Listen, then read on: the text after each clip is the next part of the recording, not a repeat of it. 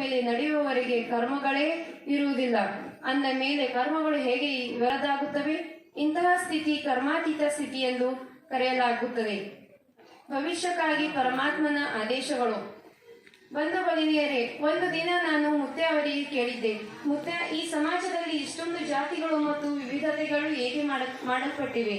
ಆಗ ಮುತ್ತೆ ಅವರು ಹೇಳಿದರು, ಜ್ಞಾನೇಶ್ವರ ಯಾವಾಗ ಪರಮಾತ್ಮನು ವೇದಗಳ ಜ್ಞಾನವನ್ನು ಕೊಟ್ಟಿದನೋ ಆ ಸಮಯದಲ್ಲಿ ಬ್ರಾಹ್ಮಣನು ವೇದಗಳ ಮೇಲೆ ಕೇವಲ ನಮ್ಮ ಅಧಿಕಾರವಿದೆ ಎಂದು ಹೇಳಿ ರಾಜನನ್ನು, ಜಮೀನುದಾರನನ್ನು ಮತ್ತು ತಮ್ಮ ಸಹಕಾರನನ್ನು ತಮ್ಮ ಕಡೆಗೆ ವಾಲಿಸಿಕೊಂಡು ಸಮಾಜವನ್ನು ಉಚ್ಚ ಮತ್ತು ನೀಚ ಸ್ಥಿತಿಯಲ್ಲಿ ಹಂಚಿಬಿಟ್ಟರು ಮತ್ತು ಸಮಾಜದ ಎಲ್ಲ ವರ್ಗದ ಜನರಿಗೆ ಆ ಜ್ಞಾನದಿಂದ ವಂಚಿತರನ್ನಾಗಿ ಮಾಡಿ ಬಿಟ್ಟಿದ್ದರು.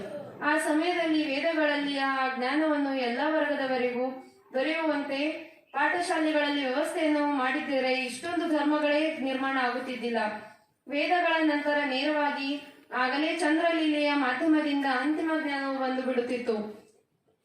ಮೇಲು ಕೀಳೆಂಬ ಯಾವ ಜಾತಿಗಳೇ ನಿರ್ಮಾಣವಾಗುತ್ತಿದ್ದಿಲ್ಲ. ಜಾತಿಗಳು ಕೇವಲ ವ್ಯವಸ್ಥೆಗಾಗಿಯೇ ಇರುತ್ತವೆ. ಯಾವ ರೀತಿಯಲ್ಲಿ ಸಮಾಜವನ್ನು ಸೂಕ್ತ ರೀತಿಯಲ್ಲಿ ನಡೆಸುವುದಕ್ಕಾಗಿ ಯಾವುದೇ ಕಾಲದಲ್ಲಿ ಯಾವುದೇ ಸರ್ಕಾರ ಅಥವಾ ರಾಜರಿಗೆ ಅನೇಕ ವಿಭಾಗಗಳನ್ನು ಮಾಡಬೇಕಾಗುತ್ತದೆಯೋ ಅದೇ ರೀತಿ ಪರಮಾತ್ಮನು ಇಷ್ಟೊಂದು ಜಾತಿಗಳನ್ನು ನಿರ್ಮಿಸಿದ್ದಾನೆ. ಏಕೆಂದರೆ ಪರಮಾತ್ಮನು ಎಷ್ಟೋ ದೊಡ್ಡ ಸೃಷ್ಟಿಯನ್ನು ನಿರ್ಮಿಸಿದ್ದಾನೆಯೋ ಅದಕ್ಕೆ ಯಾವ ಅಂತ್ಯವೇ ಇಲ್ಲ. ಇದನ್ನೇ ಸರಿಯಾದ ಅನುಶಾಸನದಲ್ಲಿ ಇಡುವುದಕ್ಕಾಗಿ ಪರಮಾತ್ಮನಿಗೂ ಹೀಗೆ ಮಾಡಬೇಕಾಯಿತು. ವಿಶ್ವದಲ್ಲಿ ಯಾವಾಗ ಪ್ರಚಾರ ಮಾಧ್ಯಮವಿರಲಿಲ್ಲವೋ ಮತ್ತು ಬೇರೆ ಬೇರೆ ಉಚ್ಚ ಮತ್ತು ನೀಚ ಬೇರೆ ಬೇರೆ ಪರಿಸ್ಥಿತಿಗಳಿದ್ದವೋ ಅಂತಹ ಸಮಯದಲ್ಲಿ ವಿಶ್ವದ ಎಲ್ಲ ಜನರಿಗೆ ಒಂದೇ ಜ್ಞಾನದ ಮೇಲೆ ನಡೆಯುವುದಕ್ಕಾಗಿ ಪರಮಾತ್ಮನು ಹೇಗೆ ಹೇಳಬೇಕಾಗಬಹುದಾಗಿತ್ತು. ಒಂದು ವೇಳೆ ಆ ಸಮಯದಲ್ಲಿ ಪರಮಾತ್ಮನು ಹಾಗೆ ಮಾಡಿದಾಗಿದ್ದರೆ ಎಲ್ಲ ಧರ್ಮಗಳ ಜಗಳಗಳೇ ಮುಗಿದು ಬಿಡುತ್ತಿದ್ದವು.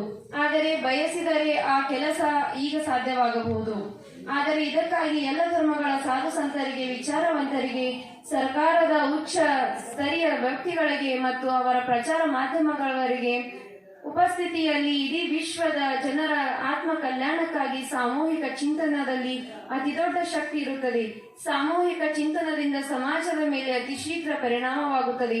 ಸಾಮೂಹಿಕ ಚಿಂತನದಿಂದ ಸಮಾಜದಲ್ಲಿ ಹೊಸ ಊರ್ಜೆಯ ಸಂಚಾರವಾಗುತ್ತದೆ.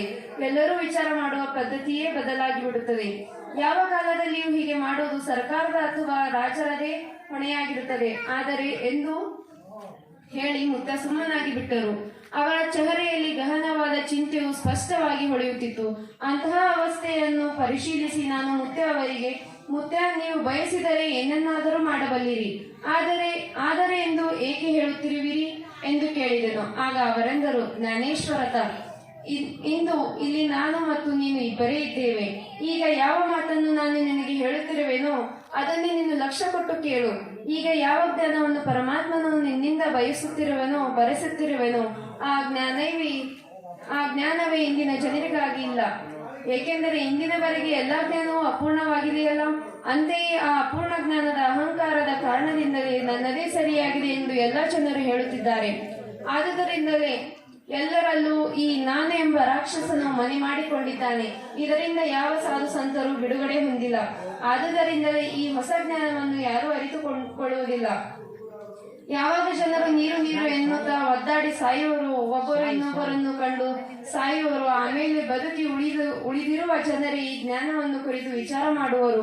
ಜ್ಞಾನೇಶ್ವರ, ಬೆಳೆಯನ್ನು ಬೆಳೆಸಿದ ನಂತರ ರೈತನು ಯಾವ ರೀತಿಯ ಬೀಜಕ್ಕಾಗಿ ಸ್ವಲ್ಪ ಧಾನ್ಯವನ್ನು ಇಟ್ಟುಕೊಳ್ಳುವನು, ಅದೇ ರೀತಿ ಪರಮಾತ್ಮನು ಬೀಜದ ರೂಪದಲ್ಲಿ ಕೆಲವು ದಿವ್ಯಾತ್ಮಗಳನ್ನು ಸುರಕ್ಷಿತವಾಗಿ ಇಟ್ಟುಕೊಂಡು ಆಮೇಲೆ ಅವುಗಳ ಮುಖಾಂತರವೇ ಹೊಸ ಯುಗ ಪ್ರಾರಂಭಿಸುತ್ತಾನೆ. ಎಷ್ಟು ಜನರು ಪ್ರಾಮಾಣಿಕತೆಯಿಂದ ಪರಮಾತ್ಮನ ಸೇವೆ ಮಾಡಿದವರಾಗಿರುತ್ತಾರೋ ಅಷ್ಟೇ ಜನರು ಬದುಕು ಉಳಿಯುತ್ತಾರೆ.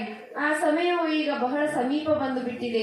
ಅರೆ, ಈ ಧರತಿಯ ಮೇಲೆ ಅನಾವಶ್ಯಕವಾದ ಎಷ್ಟೋ ಧರ್ಮಗಳು ಅನೇಕ ಸಲ ನಿರ್ಮಾಣಗೊಂಡಿವೆ ಮತ್ತು ನಾಶವಾಗಿ ಬಿಟ್ಟಿವೆ. ಇದೆಲ್ಲದರ ಲೆಕ್ಕವಂತೂ ಆ ಪರಮಾತ್ಮನಿಗೆ ಗುರುತು. ಜ್ಞಾನೇಶ್ವರ, ಜ್ಞಾನವನ್ನೇ ಧರ್ಮವೆಂದು ಹೇಳುವುದರ ಪರಿಣಾಮವನ್ನು ಸಂಪೂರ್ಣ ವಿಶ್ವವು ನೋಡುತ್ತದೆ. ಆದರೆ ಅಲ್ಲಿಯವರೆಗೆ ಸಮಯವು ಹೊರಟು ಹೋಗಿರುತ್ತದೆ. ಆಮೇಲೆ ಮತ್ತೆ ಮೂಳ್ನಗುತ್ತಾ ಅವರು ಹೇಳಿದರು, ನೋಡು ಜ್ಞಾನೇಶ್ವರ, ಇಂತಹ ಪರಿಸ್ಥಿತಿಯು ಬರುವುದಕ್ಕಿಂತ ಮುಂಚೆ ಈ ಜ್ಞಾನವನ್ನು ಪರಮಾತ್ಮನು ಸಮಾಜದಲ್ಲಿ ತಂದಾಗ ಸಮಾಜದ ಎಲ್ಲ ಜನರು ತಮ್ಮ ಕಲ್ಯಾಣಕ್ಕಾಗಿ ಸಾಮೂಹಿಕ ಚಿಂತನೆಯನ್ನು ಮಾಡಲೇಬೇಕಾಗಿ ಬರುತ್ತದೆ. ಯಾವ ಸಾಧು ಸಂತರು ಅವಶ್ಯಕತೆ ಇರುವಾಗ ಯಾವುದೇ ಕಾಲದಲ್ಲಿ ಸಾಮೂಹಿಕ ಚಿಂತನೆಯನ್ನು ಮಾಡುವುದಿಲ್ಲವೋ ಅಂತಹ ಅಹಂಕಾರಿಗಳನ್ನು ಸಮಾಜದಿಂದ ಬಹಿಷ್ಕರಿಸಬೇಕು. ಏಕೆಂದರೆ ಜ್ಞಾನೇಶ್ವರ ಯಾವ ಜನರು ಯಾವುದೇ ಮಾರ್ಗದಲ್ಲಿ ಅಪೂರ್ಣರಾಗಿರುತ್ತಾರೆಯೋ ಅಂತಹ ಜನರೇ ಅಹಂಕಾರಿಗಳಾಗಿರುತ್ತಾರೆ. ಆದ್ದರಿಂದಲೇ ಪರಿಪೂರ್ಣರಾಗಿರುವುದಕ್ಕಾಗಿ ಮನುಷ್ಯರಿಗೆ ಎಲ್ಲಿಯೇ ನಿಜ ಜ್ಞಾನ ದೊರೆಯುತ್ತದೆಯೋ ಅಲ್ಲಿ ಮನಸ್ಸಿನಿಂದ ತಡೆದು ಅಲ್ಲಿ ಈ ಹೊಸ ಜ್ಞಾನವನ್ನು ಗ್ರಹಿಸಿಕೊಳ್ಳಬೇಕು. ಆದರೆ ಜ್ಞಾನೇಶ್ವರ, ನೀನು ಈ ಮಾತಿಗಾಗಿ ಚಿಂತೆಗೊಳಗಾಗಬೇಡ, ಏಕೆಂದರೆ ಈ ಕೆಲಸವು ನಮ್ಮಿಬ್ಬರದೂ ಅಲ್ಲ. ಯಾವ ಜ್ಞಾನವನ್ನು ಸಮಾಜದಲ್ಲಿ ಹೇಗೆ ಪ್ರಸ್ತಾಪಿತ ಮಾಡಬೇಕು ಎಂಬುದರ ಆಲೋಚನೆಯು ಉಚಿತ ಸಮಯ ಬಂದಾಗ ಪರಮಾತ್ಮನು ಅತಿ ಶೀಘ್ರವಾಗಿ ಮಾಡುತ್ತಾನೆ. ಬಂಧು ಭಗಿನಿಯರೇ, ಸಾಮೂಹಿಕ ಚಿಂತನದ ಮುಖಾಂತರ ನಾವು ಸರ್ವನಾಶದವರೆಗೆ ಯಾರು ಈ ಮಾತುಗಳನ್ನು ಖಂಡಿಸಬಾರದು. ಅಂತಹ ಮಾತುಗಳ ತಳಹದಿಯನ್ನು ನಿರ್ಮಿಸಿಡಬಹುದು. ಎಲ್ಲಾ ಧರ್ಮ ಗ್ರಂಥಗಳು ಬಂಧ ರೂಪದಲ್ಲಿ ಇರುವುದರಿಂದ ಯಾರಿಗೂ ಸರಿಯಾಗಿ ಅರ್ಥವಾಗುತ್ತಿಲ್ಲ. ಆದ್ದರಿಂದಲೇ ಎಲ್ಲಾ ಧರ್ಮಗಳಲ್ಲಿ ಅನೇಕ ಮತಗಳು ನಿರ್ಮಾಣಗೊಂಡಿವೆ. ಅಂತೆಯೇ ಜನರ ಜ್ಞಾನವು ಆಧ್ಯಾತ್ಮದಿಂದ ವಂಚಿತವಾಗುತ್ತಿದೆ. ಆಯಾ ಧರ್ಮ ಗ್ರಂಥಗಳ ಶ್ಲೋಕಗಳಿಂದ ಅನೇಕ ರೀತಿಯ ಅರ್ಥಗಳನ್ನು ಕಲ್ಪಿಸುವಂತಾಗುತ್ತಿದೆ. ಕೆಲವು ಜನರಂತೂ ಇವುಗಳನ್ನು ವರ್ತಲಾಪ ಎಂದು ಭಾವಿಸುತ್ತಾರೆ. ಇಂದಿನ ಜಗತ್ತು ಇಷ್ಟೊಂದು ಜ್ಞಾನಿಯಾಗಿರಲಿಕ್ಕೂ ಹೆದರಿಕೆಯ ಕಾರಣದಿಂದಾಗಿ ಮೂಢನಂಬಿಕೆಗೆ ಬಲಿಯಾಗಿ ಮಂದಿರ, ಮಸೀದಿ, ಗುಡಿ, ಗೋಪುರಗಳತ್ತ ಓಡೋಡಿ ಹೋಗುತ್ತಿದ್ದಾರೆ. ಆದುದರಿಂದಲೇ ಗುರು ಪರಂಪರೆಯು ಕ್ಷೀಣವಾಗಿ ಬಿಡುತ್ತಿದೆ.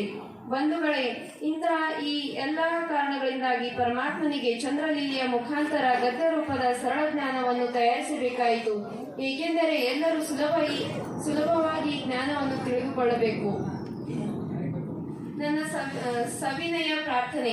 ಬಂಧು ಭಗಿನಿಯರೇ, ಮುಂಬರುವ ಸಾವಿರಾರು ಪೀಳಿಗೆಗಳಿಗೆ ಶಾಂತಿಯಿಂದ ಇರುವುದಕ್ಕಾಗಿ ಸರ್ಕಾರದಿಂದ ಸಾಮೂಹಿಕ ಚಿಂತನೆಯನ್ನು ಮಾಡಿಸಿ ಒಂದು ಸಿಲೆಬಸ್ ಅನ್ನು ತಯಾರಿಸಿ ಅದನ್ನು 7ನೇ ತರಗತಿಯಿಂದ 12ನೇ ತರಗತಿಯವರೆಗೆ ಎಲ್ಲಾ ಜಾತಿ ಧರ್ಮಗಳ ಮಕ್ಕಳಿಗೆ ಯಾವ ಭೇದ ಭಾವವಿಲ್ಲದೆ ಈ ಆಧ್ಯಾತ್ಮಿಕ ಜ್ಞಾನದಲ್ಲಿ ಪಾರಂಗತರನ್ನಾಗಿ ಮಾಡಬೇಕು.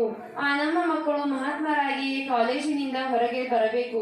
ಆಮೇಲೆ ಅವರು ಡಾಕ್ಟರರಾಗಲಿ, ಇಂಜಿನಿಯರರಾಗಲಿ ಆಗಬೇಕು, ಇಲ್ಲವೇ ವೈಜ್ಞಾನಿಕರೂ ಆಗಬೇಕು.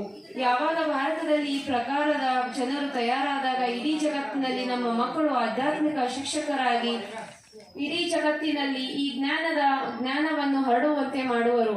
ಆಗಲೇ ಭಾರತವು ವಿಶ್ವಗುರು ಆಗುವುದು. ನಮ್ಮ ಮಕ್ಕಳಿಗಾಗಿ ಸಮಾಜದಲ್ಲಿ ಒಳ್ಳೆಯ ವಾತಾವರಣವನ್ನು ನಿರ್ಮಿಸಲಾಗದಿದ್ದರೆ ನಾವು ಎಷ್ಟೊಂದು ಧನ, ಆಸ್ತಿ, ಜಮೀನು ಗಳಿಸಿದರೂ ಅದರಿಂದ ಯಾವ ಪ್ರಯೋಜನ?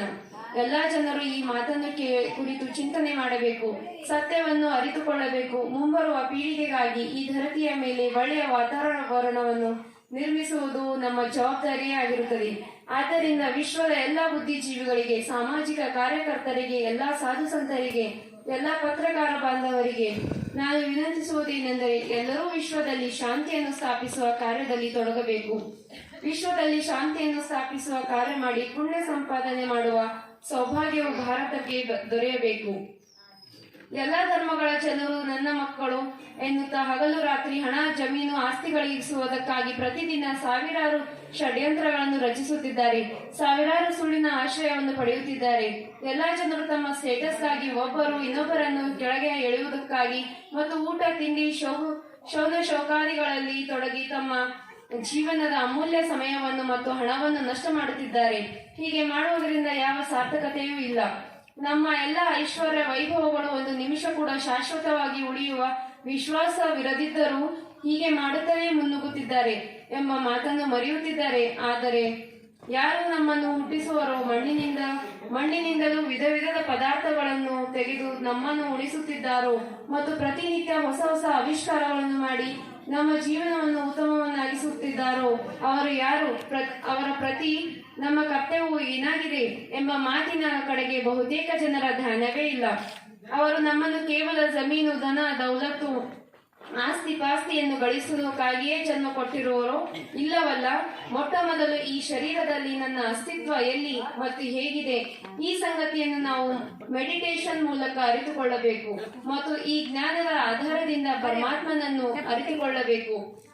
ಈ ಆಧ್ಯಾತ್ಮಿಕ ಕ್ರಾಂತಿಯ ಮುಖಾಂತರ ಪರಮಾತ್ಮನ ಪ್ರೀತಿಗೆ ಪಾತ್ರರಾಗುವುದಕ್ಕಾಗಿ ಮತ್ತು ಎಂದೂ ಮುಗಿಯದ ಪುಣ್ಯ ಪ್ರಾಪ್ತಿ ಮಾಡಿಕೊಳ್ಳುವುದಕ್ಕಾಗಿ ನಾವು ಸುಂದರವಾದ ವೇದಿಕೆಯನ್ನು ಪರಮಾತ್ಮನಿಂದ ಪಡೆದಿದ್ದೇವೆ. ಆದುದರಿಂದ ಈ ಸುವರ್ಣ ಪ್ರಸಂಗವನ್ನು ವ್ಯರ್ಥವಾಗಿ ಕಳೆದುಕೊಳ್ಳಬಾರದು. ನಮ್ಮ ಜೊತೆಗೆ ಪುಣ್ಯ ಮತ್ತು ಜ್ಞಾನದ ಹೊರತು ಮತ್ತೇನು ಬರುವುದಿಲ್ಲ. ಆದುದರಿಂದಲೇ ವಿಶ್ವವನ್ನು ಅತಿ ಸುಂದರವನ್ನಾಗಿ ಮಾಡುವುದಕ್ಕಾಗಿ ಪರಮಾತ್ಮನ ಮರ್ಜಿಯಲ್ಲಿ ನಮ್ಮ ಮರ್ಜಿಯನ್ನು ಬೆರೆಸಿ ತನು ಮನ ಧನದಿಂದ ಈ ಅತಿ ಸುಂದರ ಕ್ರಾಂತಿಯನ್ನು ಚಲಾಯನಗೊಳಿಸಿ ಧನ್ಯರಾಗಬೇಕು. ಏಕೆಂದರೆ ಭವಿಷ್ಯದಲ್ಲಿ ಭಾರತದಲ್ಲಿ ಜನಿಸುವ ಎಲ್ಲಾ ಆತ್ಮಗಳು ಪರಮಾತ್ಮನಿಗೆ ಪ್ರಿಯರಾಗಬೇಕು. ಎಲ್ಲಾ ಜನರು ಈ ಗ್ರಂಥದ ಅಧ್ಯಯನ ಮಾಡಿರಿ. ಎಲ್ಲರಿಗೂ ಪರಮಾತ್ಮನು ಒಳ್ಳೆಯರಾಗಿ ಬಾಳುವ ಶಕ್ತಿ ಕೊಡಲಿ. ಧನ್ಯವಾದಗಳು.